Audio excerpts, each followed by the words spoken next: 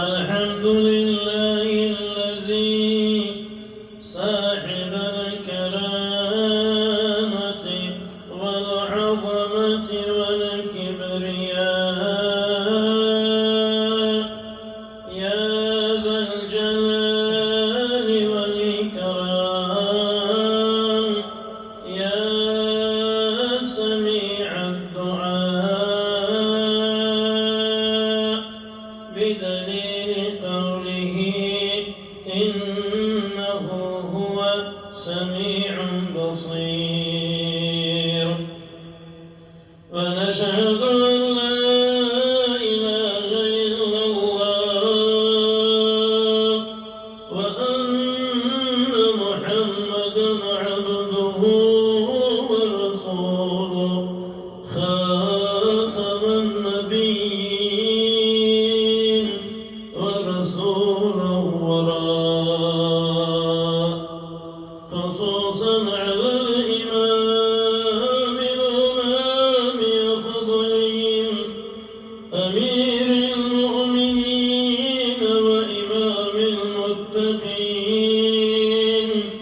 أبي بكر الصديق وعمر الفاروق وعثمان ذي النورين وعلي المرتضى رضوان الله تعالى عليهم أجمعين بارك الله لنا ولكم في القرآن العظيم ونفعنا إياكم بذكر الحكيم إنه هو التواب الرحيم العلي العظيم السميع الدعاء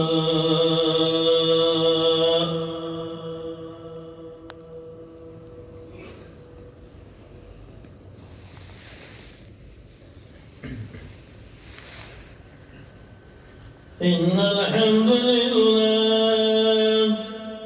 نحمده ونستعينه ونعوذ بالله من شرور أنفسنا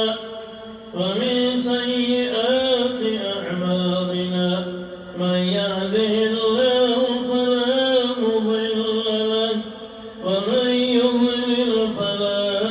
هادي له ونشهد أن لا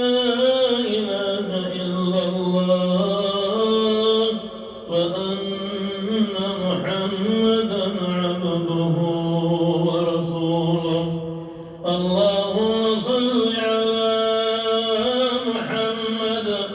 وعلى آل محمد كما صليت على إبراهيم وعلى آل إبراهيم إنك حميد مجيد وارحمنا معهم واحشرنا